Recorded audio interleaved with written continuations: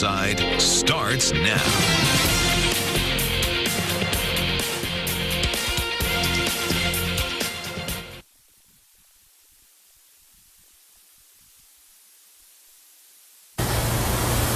Good evening, I'm Lee Jordan. Tonight, the community of Chardon begins to heal. And I'm Leon Bibb. Still, grief is weighing heavily on hearts across Northeast Ohio. The deaths of 3 students, a boy still hospitalized, a girl now recovering at home.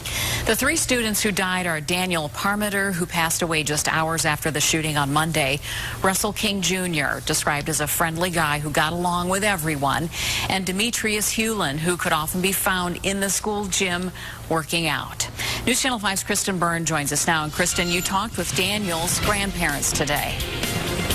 Lee, yes, Daniel's grandpa told me that Daniel had just gotten his first job a couple of weeks ago here in Chardon at a local bowling alley, and he was supposed to receive his very first paycheck tomorrow. It's one of those moments in life that he'll never be able to experience now. Bob Parmenter is trying to stay strong, but it's not easy as he pores over pictures of his 16-year-old grandson, Daniel, who died Monday after being shot in the head at Chardon High. I think about him every night, think about him every day. Probably will for a while. Parmenter says he sat with Daniel at this same kitchen table 2 weeks ago playing board games. He's 16 years old. He's 16 years old. Not supposed to be gone at 16. But it's the good memories he wants to hold on to. All the family trips they took to Hocking Hills, how Daniel could so easily fix computers, and the goofy side of his grandson not everyone got to see. Everybody loved him. He was a good kid.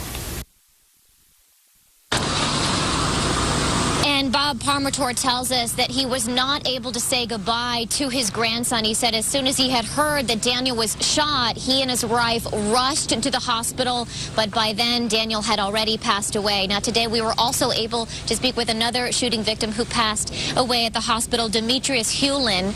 We were able to speak actually with his step-cousin, and his step-cousin told us that Demetrius knew a lot of the shooting victims. He was friends with them, as a matter of fact, and he also knew T.J. Lane, the alleged gunman. He said that he played football with T.J. Lane a few years back. Take a listen to what Demetrius's cousin had to say about Demetrius's personality. He was mostly quiet. I mean, we liked playing video games, and he liked playing sports and working out a lot. He was big into football. That's kind of what he wanted to do.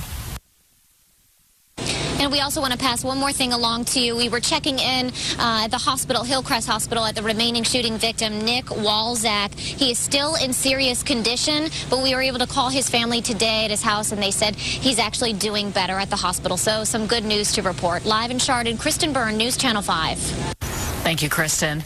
Daniel Parmenter's parents are talking for the first time about the loss of their son and about the community pulling together.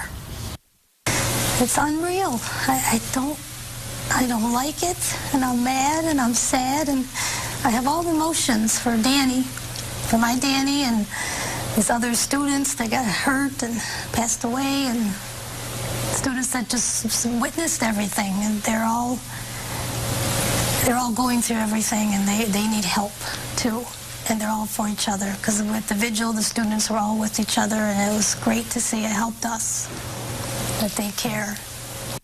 And we'll hear more from the parents coming up in just a few minutes. Throughout the country, people are praying for the Chardon school community, as well as the community as a whole. The pictures and sounds of what happened are troubling as we try to grapple with the horror that took place in the school cafeteria. News Channel 5's Michael Baldwin has more on how the people of the community are now supporting each other. Over at Beans, a coffee shop across the street from the square in Chardon, the topic of conversation was obvious. So how are you feeling about going back to school? I think nobody's really had a chance to really grieve yet. There were no metal detectors there back in the day. Now they've had them for years. I'm not quite sure, but it'll be on that subject, I'm sure. With Beans, they feel at home, so they come here. Well, they'll greet others, and they can sit down and talk about the events that unfolded. Well, I was always wondering, is there 2 gunmen or just one? I've had a daughter that went to Chardon High School as well, So I haven't had a minute to really sit down and reflect. Go for a detective, get checked, because I, as a parent, would feel a lot safer than just sending you off to school and thinking nothing's going to happen. I mean, my gosh. You wait to hear word, hope that, you know, your son or daughter calls you, and that's what I did. Yeah, but how do you get into that deeper issue? I mean, don't you think they have to stop it? Just basically stop it at the door before you get to the deeper issues? Well, I heard there's a court hearing. I'm not sure though, but You're not worried about anything? No.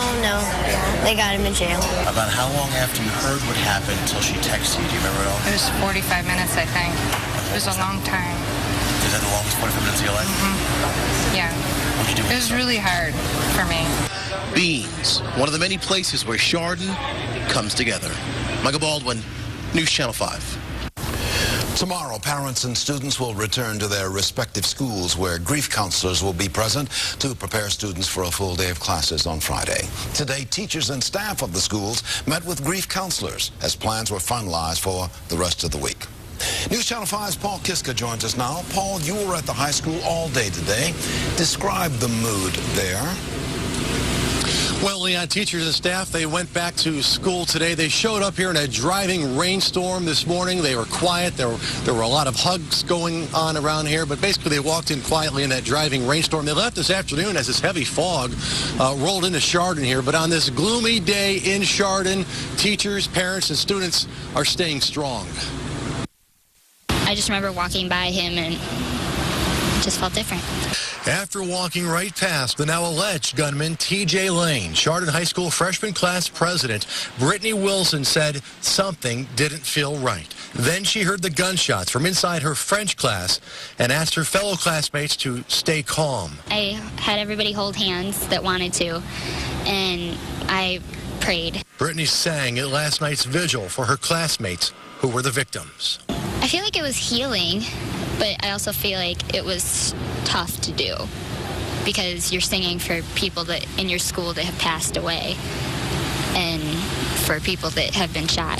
The song is called Blessings. There's a line that says, because what if your blessings come through raindrops and what if your healing comes through tears? And I thought that was what we were going through because it was raining this morning and there's a lot of crying going on. And it's definitely healing to be crying. Brittany calls all of her teachers heroes and will transition back to school tomorrow with her mom and dad at her side. Yeah, I actually drove by it last night after the vigil, and that was tough. I kind of started breathing a little heavier, and it was interesting. I'm sure you've walked her into school when she was a kindergartner. Now you're going to walk her into school as a freshman. What's it going to be like? I don't know.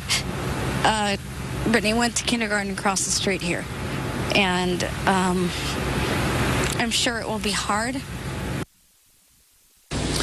Okay, now Brittany belongs to a group called the Fellowship of Christian Athletes. They meet every Thursday morning here in Chardon to hear an inspirational sermon or speech from a teacher. That teacher's name that leads that Christian group for the athletes, Frank Hall, the same coach and teacher that chased the gunman out of the school here on Monday. And Brittany's performance last night at the vigil at St. Mary's Church, so inspiring. I got to interview her today on the square right after she finished up talking with Time Magazine and People Magazine. She's a special person. Live from Chardon, Paul Kiska, News Channel 5. Thank you, Paul. Tonight, we're learning more about the accused shooter, T.J. Lane. News Channel 5's Sarah Buttison joins us now. And Sarah, some records have been released.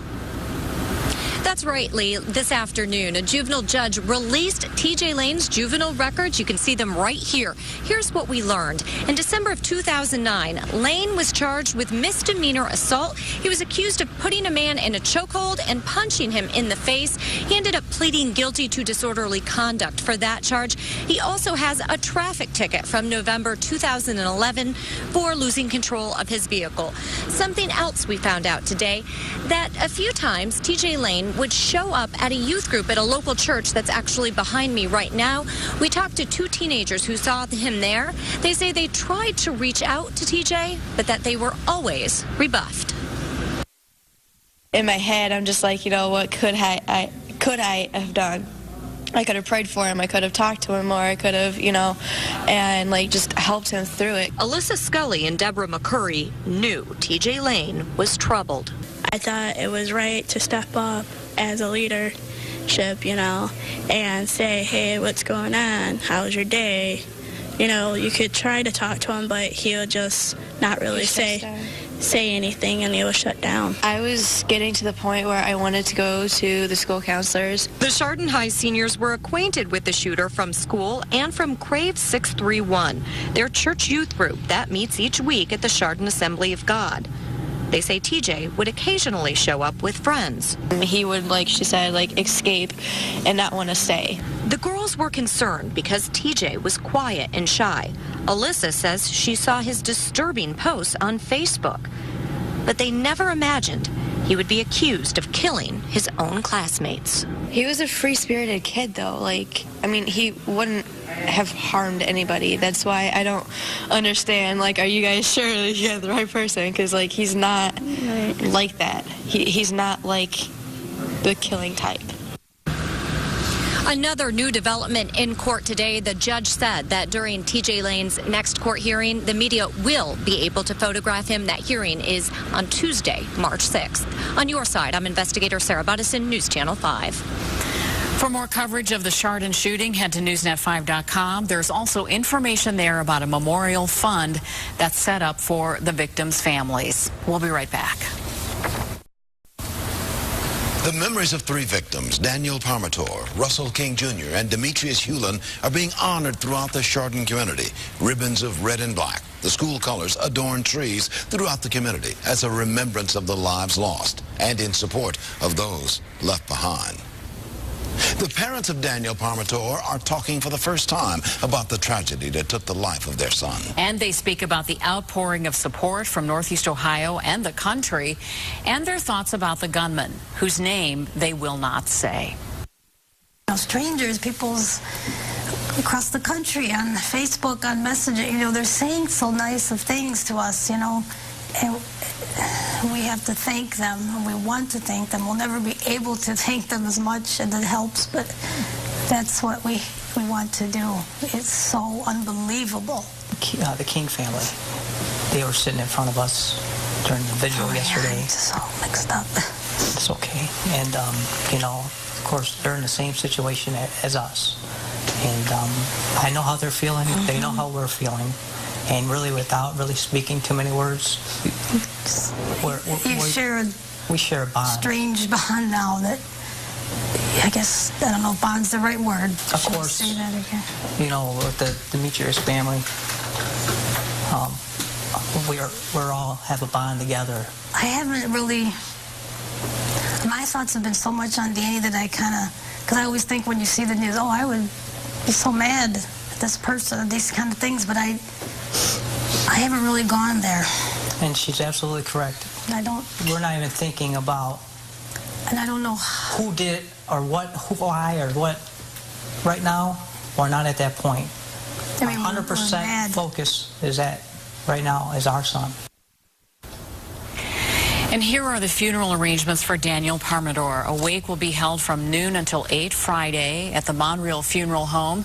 The funeral is Saturday at 10 o'clock at St. Mary's Church.